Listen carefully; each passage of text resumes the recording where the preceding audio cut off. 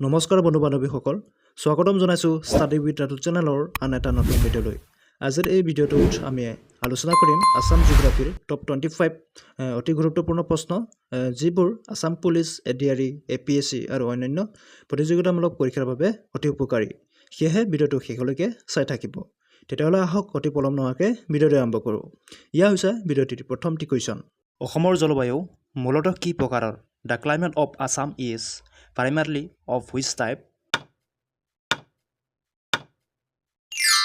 ইয়াৰ শুদ্ধ উত্তৰটো হৈছে option number D tropical monsoon rain forest অৰ্থাৎ ক্ৰান্তীয় মৌচুমী বৰ্ষাৰণ্য নেক্সট কুৱেশ্যন অসমৰ মাটিকালিৰ কিমান শতাংশ বনাঞ্চলে আৱৰি আছে what percentage of Assam's total area is covered by forest ইয়াৰ শুদ্ধ উত্তৰটো হৈছে অপশ্যন নম্বৰ বি 36.11%। শেহতীয়াকৈ ISFR ৰিপৰ্ট অনুসৰি অসমৰ ভৌগোলিক মাটিকালিৰ 36.11% বনাঞ্চলে আৱৰি আছে নেক্সট কুৱেশ্যন অসমৰ কোনটো ঋতু বৰদৈ চিলাৰ সৈতে জড়িত which season in Assam is associated with Bordoichila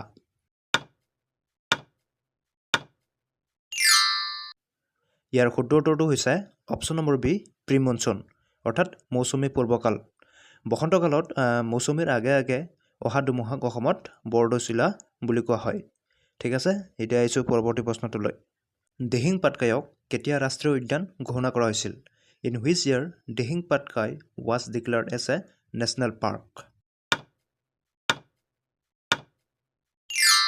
ইয়াৰ শুদ্ধ উত্তৰটো হৈছে অপশ্যন নম্বৰ চি 2021 9 জুন 2021 তাৰিখে ইয়াক অসমৰ সপ্তম ৰাষ্ট্ৰীয় উদ্যান হিচাপে ঘোষণা কৰা হৈছিল ঠিক আছে এতিয়া আহিছোঁ পৰৱৰ্তী প্ৰশ্নটোলৈ অসমৰ কোনটো অংশ কাৰ্বি মালভূমিৰ অংশ which part of Assam is an extension of the Karbi plateau ইয়াৰ শুদ্ধ উত্তৰটো হৈছে option number A Meghalaya plateau অৰ্থাৎ মেঘালয় মালভূমি কাৰ্বি মালভূমি প্ৰকৃততে মেঘালয় মালভূমিৰ এটা অংশ যিটো কাৰ্বি আংলং জিলাত অৱস্থিত নেক্সট কুৱেশ্যন অসমৰ সৰ্বপ্ৰথম জলবিদ্যুৎ প্ৰকল্পটো ক'ত where is the first hydro electric project of Assam located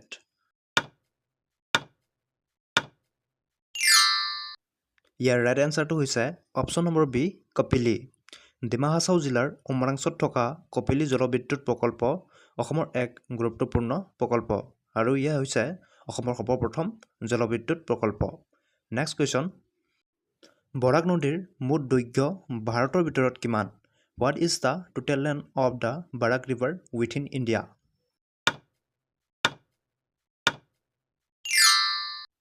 ইয়াৰ শুদ্ধ উত্তৰটো হৈছে অপশ্যন নম্বৰ ডি 564 কিলোমিটাৰ অৰ্থাৎ ভাৰতত বৰাক নদীৰ মুঠ দৈৰ্ঘ্য হৈছে 566 কিলোমিটাৰ যি ভাৰতৰ ভিতৰত অতিক্ৰম কৰি আছে নেক্সট কুৱেশ্যন ধুবুৰীৰ পৰা শদিয়ালৈকে থকা নদী পথটোক কি বুলি কোৱা হয় what is the waterway from Dhubri to Sadiya called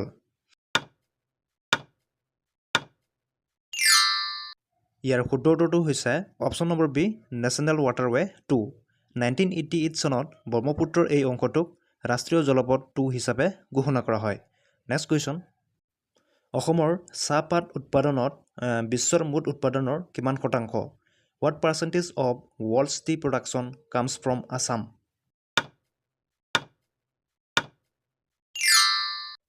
year right এনচাৰটো হৈ যাব অপশ্যন নম্বৰ এ 13% সমগ্ৰ বিশ্বৰ মুঠ চাহ উৎপাদনৰ প্ৰায় 13% কেৱল অসমতেই উৎপন্ন হয় নেক্সট কুৱেশ্যন অসমৰ কোনখন জিলাৰ সীমা ভূটানৰ সৈতে স্পৰ্শ কৰি আছে which district of Assam shares a border with Bhutan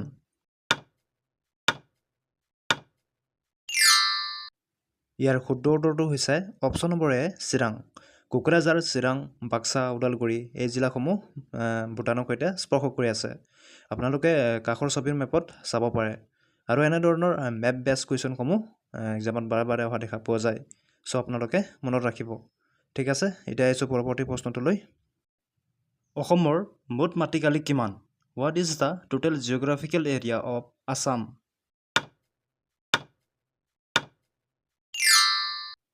ইয়াৰ শুদ্ধ উত্তৰটো হৈছে option number C 78,438 square kilometre Assam ভাৰতৰ উত্তৰ পূবৰ এটা গুৰুত্বপূৰ্ণ ৰাজ্য আৰু ইয়াৰ মুঠ মাটিকালি ৭৮,৪৩৮ বৰ্গ কিলোমিটাৰ। নেক্সট কুৱেশ্যন, অসমৰ কোনখন ঠাইত সৰ্বাধিক পৰিমাণৰ চিলিমেনাইট পোৱা যায়?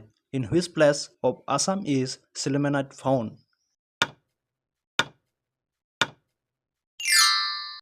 ইয়াৰ শুদ্ধ উত্তৰটো হৈছে option number A, Karbi Anglong.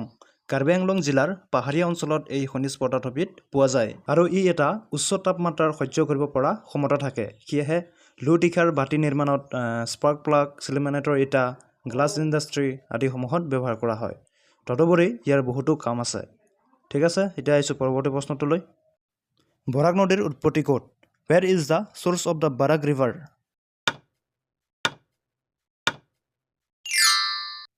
ইয়াৰ শুদ্ধ উত্তৰটো হৈছে option number D, Japfu peak, Nagaland. নাগালেণ্ডৰ চাপফু শৃংগৰ পৰা বৰাক নদীৰ উৎপত্তি হৈছে। নেক্সট কুৱেশ্যন, অসমৰ একেবাৰে পশ্চিমত অৱস্থিত ৰাষ্ট্ৰীয় উদ্যানখনৰ নাম কি? Which is the westernmost national park of Assam?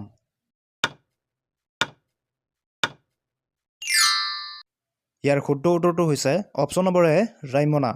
Kokrajhar জিলাত অৱস্থিত ৰাইমনা ৰাষ্ট্ৰীয় উদ্যান অসমৰ একেবাৰে পশ্চিম প্ৰান্তত অৱস্থিত। নেক্সট কুৱেশ্যন, ব্ৰহ্মপুত্ৰ নদীৰ মুঠ দৈৰ্ঘ্য কিমান? What is the total length of the Brahmaputra river?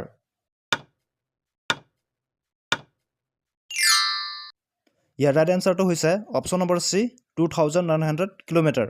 ব্ৰহ্মপুত্ৰৰ মুঠ দৈৰ্ঘ্য 2900 কিলোমিটাৰ, কিন্তু ভাৰতৰ ভিতৰত ইয়াৰ মাত্ৰ 916 কিলোমিটাৰ বৈ গৈছে। নেক্সট কুৱেশ্যন, অসমৰ আটাইতকৈ ডাঙৰ জলাভূমি ৱেটলেণ্ড কোনটো? Which is the largest wetland in Assam?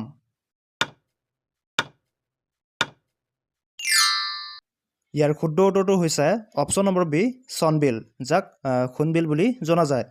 Karimganj জিলাত অৱস্থিত সোণবিল অসমৰ আটাইতকৈ ডাঙৰ জলাভূমি। আৰু আপোনালোকে জানানে কৰিমগঞ্জৰ নতুন নাম হৈছে শ্ৰীভূমি। ঠিক আছে, এতিয়া আহিছোঁ পৰৱৰ্তী প্ৰশ্নটোলৈ। অসমৰ চাহ গৱেষণা কেন্দ্ৰ ক'ত অৱস্থিত? Where is the tea research centre of Assam located?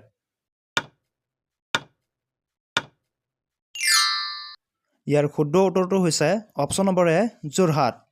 1911 চনত যোৰহাটৰ টুকলায়ত এই গৱেষণা কেন্দ্ৰটো স্থাপন কৰা হৈছিল। নেক্সট কুৱেশ্যন, অসমৰ কোনখন জিলাক চাহৰ চহৰ বুলি কোৱা হয়? Which district is known as the tea city of India?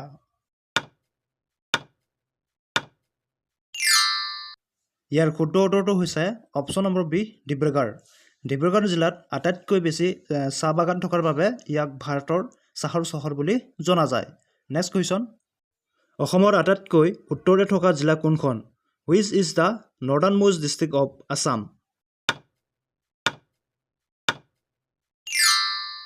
ইয়াৰ শুদ্ধ উত্তৰটো হৈছে অপশ্যন নম্বৰ এ, ধেমাজি। ভৌগোলিক অৱস্থান অনুসৰি ধেমাজি জিলা অসমৰ একেবাৰে উত্তৰত অৱস্থিত। ঠিক আছে, এতিয়া আহিছোঁ পৰৱৰ্তী প্ৰশ্নটোলৈ। বগীবিল দলঙৰ মুঠ দৈৰ্ঘ্য কিমান? What is the total length of Bogibeel bridge?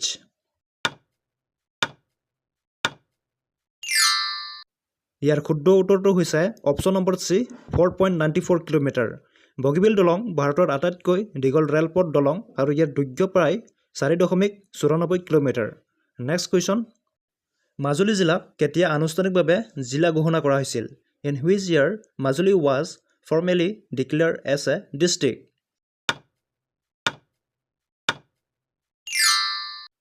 ইয়াৰ শুদ্ধ উত্তৰটো হৈছে অপশ্যন নম্বৰ চি, 2016।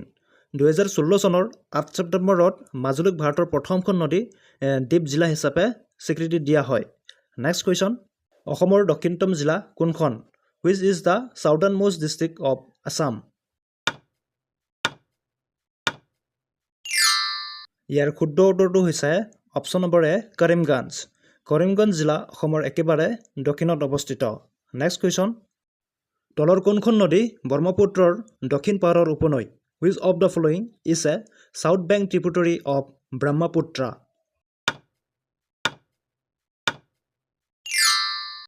ইয়াৰ শুদ্ধ উত্তৰটো হৈছে option number D, Dhansiri. Dhansiri নদী হৈছে ব্ৰহ্মপুত্ৰৰ দক্ষিণ পাৰৰ উপনৈ। নেক্সট কুৱেশ্যন, অসমৰ কোনখন জিলাত চিল্ক পাৰ্ক অৱস্থিত? In which district is the silk park located in Assam? ইয়াৰ শুদ্ধ উত্তৰটো হৈছে option number A Kamrup. Kamrup জিলাৰ পলাকবাৰীত ৰাজ্যৰ প্ৰথমটো চিল্ক পাৰ্ক স্থাপন কৰা হৈছে। Next question. ইয়া হৈছে ভিডিঅ'টিৰ অন্তিমটি কুৱেশ্যন। অসমৰ আটাইতকৈ কম মাটিকালিৰ জিলা কোনখন? Which is the smallest district of Assam by area?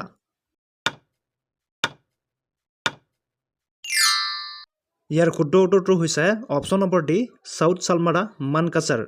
নতুনকৈ গঠন হোৱা জিলাসমূহৰ ভিতৰত দক্ষিণ শালমাৰা মানকাছাৰ হৈছে মাটিকালিৰ হিচাপত আটাইতকৈ সৰু ৰাজ্য। আজিৰ এই 25টা প্ৰশ্নৰ আলোচনা ইমানতে সমাপ্ত কৰিছোঁ। আশা কৰোঁ এই প্ৰশ্নসমূহে আপোনালোকক পৰীক্ষাৰ প্ৰস্তুতিত সহায় কৰিব। মনত ৰাখিব, ধাৰাবাহিক অধ্যয়ন আৰু সঠিক দিশত কৰা পৰিশ্ৰমেই সফলতাৰ চাবিকাঠি। যদি আপোনালোকৰ কিবা কনফিউজ থাকে বা ডাউট থাকে বা কোনো বিষয়ৰ ওপৰত প্ৰশ্ন উত্তৰ বিচাৰে তেন্তে জনাবলৈ নাপাহৰিব। আৰু যদি ভিডিঅ'টো চাই ভাল লাগিল তেতিয়াহ'লে লাইক, শ্বেয়াৰ আৰু ছাবস্ক্ৰাইব কৰিবলৈ নাপাহৰিব। আৰু আপোনালোকৰ এটা লাইক বা কমেণ্টে মোক নতুন ভিডিঅ' বনাবলৈ উৎসাহ যোগায়। ধন্যবাদ।